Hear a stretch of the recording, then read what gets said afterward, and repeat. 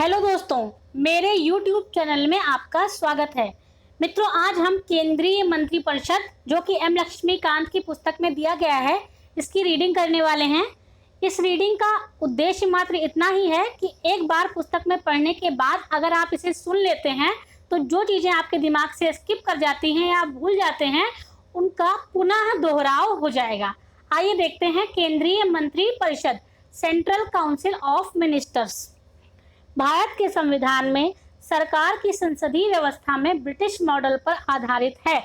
हमारी राजनैतिक और प्रशासनिक व्यवस्था की मुख्य कार्यकारी अधिकारी मंत्रिपरिषद होती है, जिसका नेतृत्व प्रधानमंत्री करता है।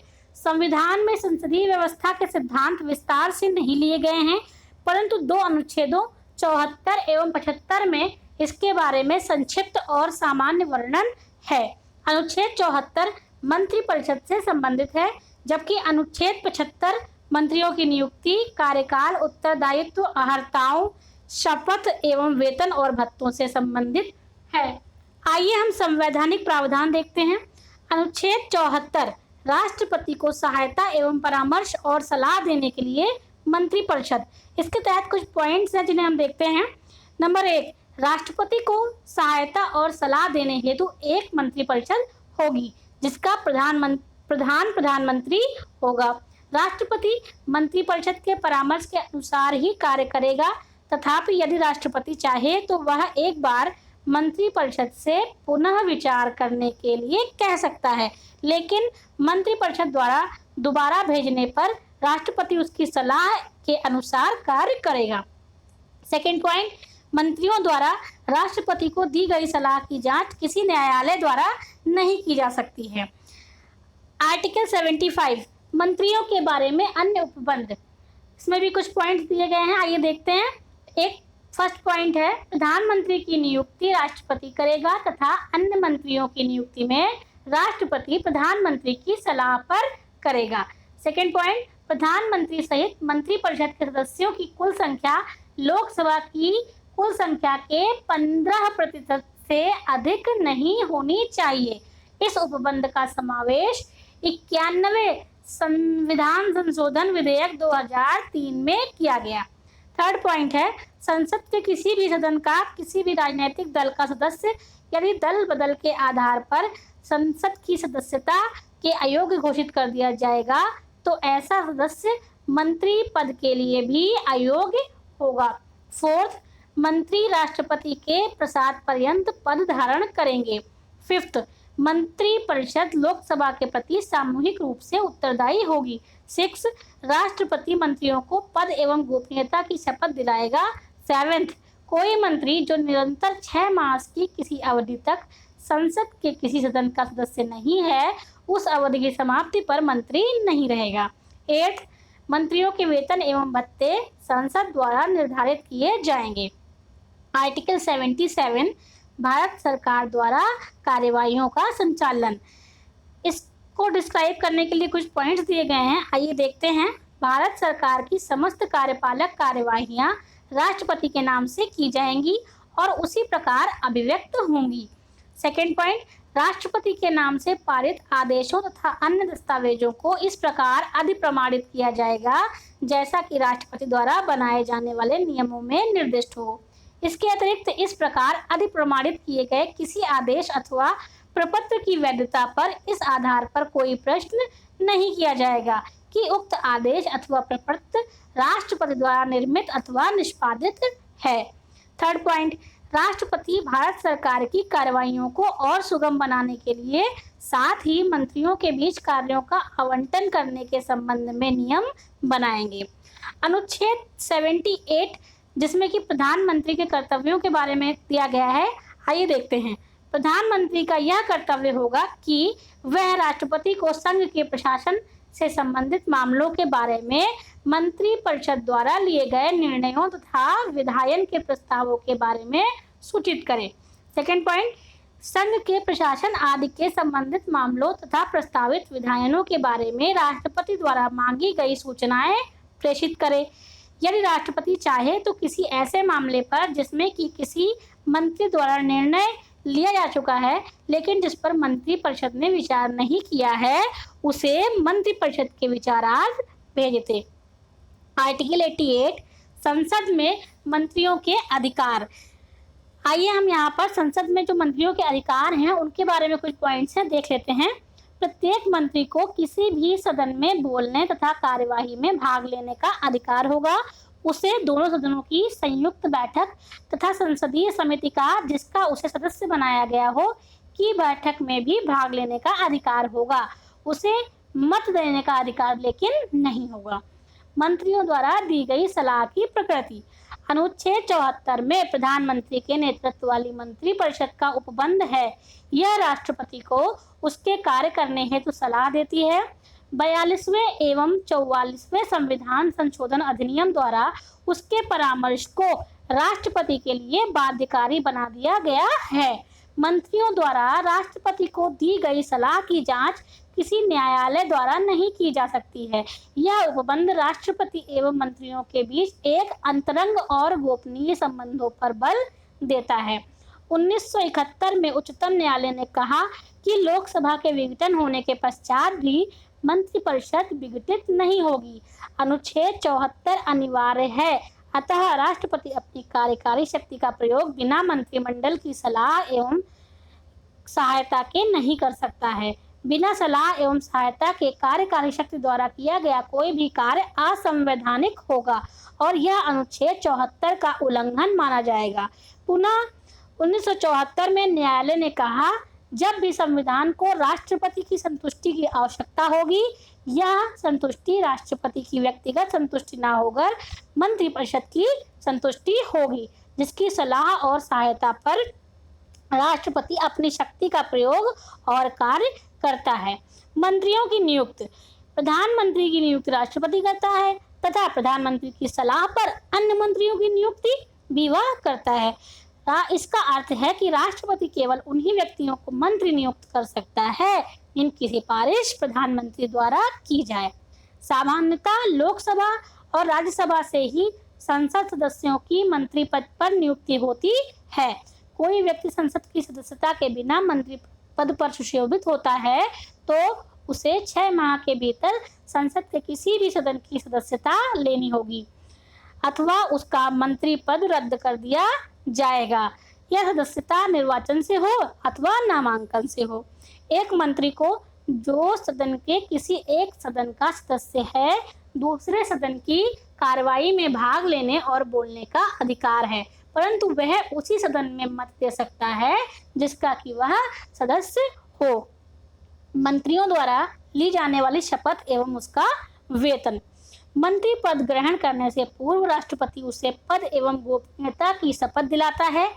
अपनी शपथ में वह कहता है कि मैं भारत के संविधान में सच्ची श्रद्धा और निष्ठा रखूंगा, भारत की अखंडता और संप्रभुता को अक्षुण्ण रखूंगा, अपने कर्तव्यों का श्रद्धा पूर्वक और शुद्ध अंतःकरण से निर्वहन करूंगा, भय या पक्षपात, अनुराग या द्वेष के बिना सभी प्रकार के लोगों के प्रति संविधान और विधि अनुसार कार्य और न्याय करूंगा। अपनी गोपनीयता की शपथ में मंत्री शपथ लेते हैं कि जो विषय संघ के मंत्री के रूप में मेरे विचार के लिए लाया जाएगा अथवा मुझे ज्ञात होगा, उसे किसी व्यक्ति या व्यक्तियों को तब तक के सिवाय जबकि ऐसे मंत्री के रूप में अपने कर्तव्यों के सम्यक निर्वहन के लिए ऐसा करना अपेक्षित हो, मैं प्रत्यक्ष अथवा अप्रत्यक्ष रूप से संसूचित या प्रकट नहीं करूंगा। सन 1990 में देवीलाल द्वारा उप प्रधानमंत्री की शपथ को इस आधार पर चुनौती दी गई कि यह असंवैधानिक है और संविधान में केवल प्रधानमंत्री और अन्य मंत्रियों का उपबंध है। उच्चतम न्यायालय ने इस शपथ को वैध ठहराया और कहा, किसी व्यक्ति की उप प्रधानमंत्री के रूप में नियुक्ति केवल व्याख्यात्मक है और ऐसी व्याख्या उसे प्रधानमंत्री की कोई शक्ति प्रदान नहीं करती है। इसमें कहा गया कि किसी मंत्री की उप प्रधानमंत्री अथवा अन्य किसी प्रकार के मंत्री जैसे राज्य मंत्री अथवा उप मंत्री के रूप में व्याख्या जो कि संविधान में वर्णित नहीं है, उसके द्वारा ली गई शपथ को अवैध घोषित नहीं करती है, यदि उसके द्वारा ली गई शपथ का वास्तविक भाग सही है। मंत्रियों के वेतन व भत्ते संसद समय समय पर निर्धारित करती है। एक मंत्री एक संसद सदस्य को दिए जाने वाले वेतन व भत्ते प्राप्त करता है। इसके अतिरिक्त वह व्यय विषयक भत्ते जो उसके पद के अनुसार होते हैं, मुफ्त आवास, यात्रा भत्ता, स्वास्थ्य सुविधा आदि प्राप्त करता है। सन 2001 में प्रधानमंत्री का व्यय विषयक भत्ता बढ़ाकर 1500 से 3000 रुपए प्रति माह तथा केंद्रीय मंत्री के लिए 1000 से 2000 रुपए प्रति माह, राज्य मंत्री के लिए 500 से 1000 रुपए प्रति माह और उप मंत्री के लिए 300 से 600 रुपए प्रति माह कर दिया गया है।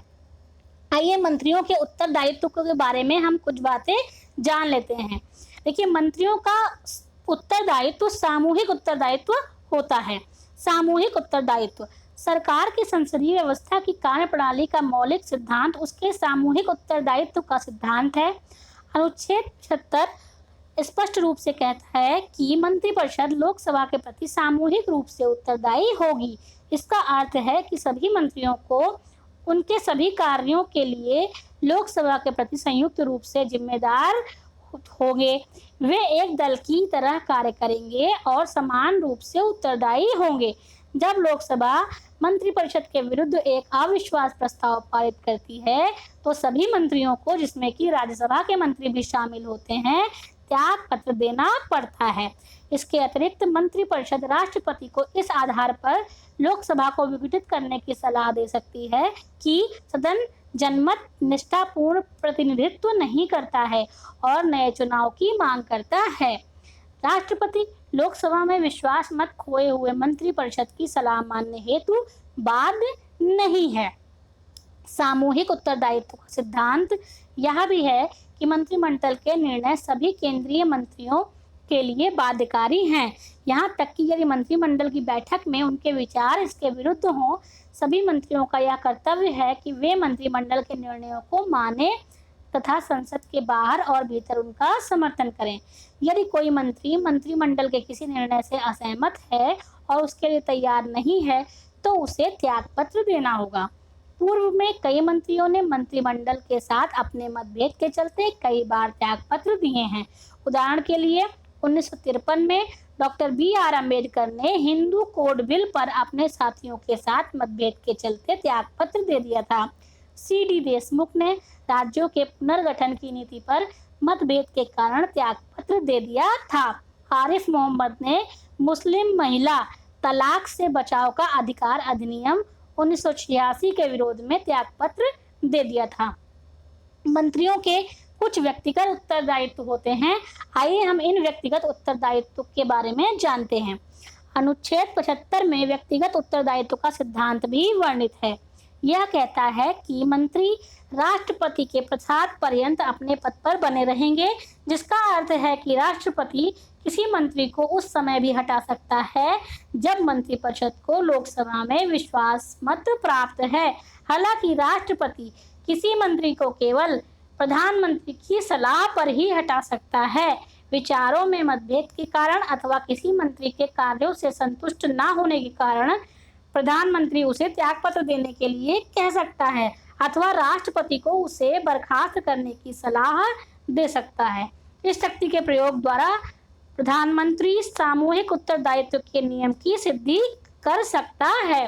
इस संदर्भ में डॉक्टर BR अम्बेडकर ने पाया कि सामूहिक उत्तरदायित्व केवल प्रधानमंत्री की सलाह से ही प्राप्त किया जा सकता है। इसलिए जब तक कि हम ऐसे कार्यालय को निर्मित ना करें और उसे मंत्रियों को नामित और बर्खास्त करने की शक्तियां प्रदान ना करें, सामूहिक उत्तरदायित्व नहीं हो सकता। कोई विधिक उत्तरदायित्व नहीं। ब्रिटेन में सार्वजनिक कार्य के लिए राजा का प्रत्येक आदेश मंत्री द्वारा हस्ताक्षरित होता है। यदि वह आदेश किसी कानून का उल्लंघन करता है तो उसका उत्तरदायित्व मंत्री पर होता है तथा वह न्यायालय के समक्ष प्रस्तुत किया जाता है। ब्रिटेन में यह मुहावरा विधिक रूप से मान्य है कि राजा कभी गलत नहीं हो सकता, अतः उस पर न्यायालय में मुकदमा नहीं चलाया जा सकता है। दूसरी ओर भारत में संविधान में किसी भी मंत्री के लिए किसी भी प्रकार की विधिक जिम्मेदारी का कोई उपबंध नहीं है। यह आवश्यक नहीं है कि राष्ट्रपति द्वारा जनहित में जारी किसी आदेश पर कोई मंत्री प्रति हस्ताक्षर करे। यहाँ तक कि मंत्री द्वारा राष्ट्रपति को दी गई सलाह की जांच भी न्यायालय के क्षेत्र से बाहर है। मंत्रिपरिषद की संरचना। मंत्रिपरिषद में मंत्रियों की 3 श्रेणियां होती हैं: कैबिनेट मंत्री, राज्य मंत्री व उपमंत्री। उनके बीच का अंतर है उनका पदक्रम, वेतन तथा राजनीतिक महत्व। इन सभी मंत्रियों का प्रमुख प्रधानमंत्री है, जो सरकार का उच्चतम कार्यकारी होता है। कैबिनेट मंत्रियों के पास केंद्र सरकार के महत्वपूर्ण मंत्रालय जैसे गृह, रक्षा, वित्त, विदेश व अन्य मंत्रालय होते हैं। वे कैबिनेट के सदस्य होते हैं और इसकी बैठकों में भाग लेते हैं तथा नीति निर्धारण में महत्वपूर्ण भूमिका निभाते हैं। अतः उनके उत्तरदायित्व की परिधि संपूर्ण केंद्र सरकार पर है। राज्य मंत्रियों को मंत्रालय विभागों का स्वतंत्र प्रभार दिया जाता है अथवा उन्हें कैबिनेट मंत्री के साथ सहयोगी बनाया जा सकता है। सहयोग के मामलों में उन्हें कैबिनेट मंत्री के मंत्रालय के विभागों का प्रभार दिया जा सकता है अथवा मंत्रालय से संबंधित कोई विशेष कार्य सौंपा जा सकता है। दोनों ही मामलों में कैबिनेट मंत्री की देखरेख, सलाह तथा उसकी जिम्मेदारी पर कार्य करते हैं। स्वतंत्र प्रभार के मामले में वे अपने मंत्रालय का कार्य कैबिनेट मंत्री की तरह ही पूरी शक्ति व स्वतंत्रता से करते हैं। हालांकि वे कैबिनेट के सदस्य नहीं होते हैं तथा उनकी बैठकों में भी भाग नहीं लेते हैं। वे तब तक बैठक में भाग नहीं लेते जब तक उन्हें उनके मंत्रालय से संबंधित किसी कार्य हेतु विशेष रूप से आमंत्रित नहीं किया जाता है। इस क्रम में अगला क्रम उप मंत्रियों का है। उन्हें मंत्रालयों का स्वतंत्र प्रभार नहीं दिया जाता है। उन्हें कैबिनेट अथवा राज्य मंत्रियों को उनके प्रशासनिक, राजनीतिक और संसदीय कार्यों में सहायता के लिए नियुक्त किया जाता है। वे कैबिनेट के सदस्य नहीं होते हैं तथा कैबिनेट की बैठक में भाग नहीं लेते हैं। यहाँ यह उल्लेख करना आवश्यक है कि मंत्रियों की एक और श्रेणी भी है जिन्हें संसदीय सचिव कहा जाता है। वे मंत्रिपरिषद की अंतिम श्रेणी में आते हैं, जिसे मंत्रालय भी कहा जाता है। उनके पास कोई विभाग नहीं होता है। वे वरिष्ठ मंत्रियों के साथ उनके संसदीय कार्यों में सहायता के लिए नियुक्त होते हैं। हालांकि 1967 से राजीव गांधी की सरकार के प्रथम विस्तार को छोड़कर कोई भी संसदीय सचिव नियुक्त नहीं किया गया है। कई बार मंत्रिपरिषद में उप प्रधानमंत्री को भी शामिल किया जा सकता है।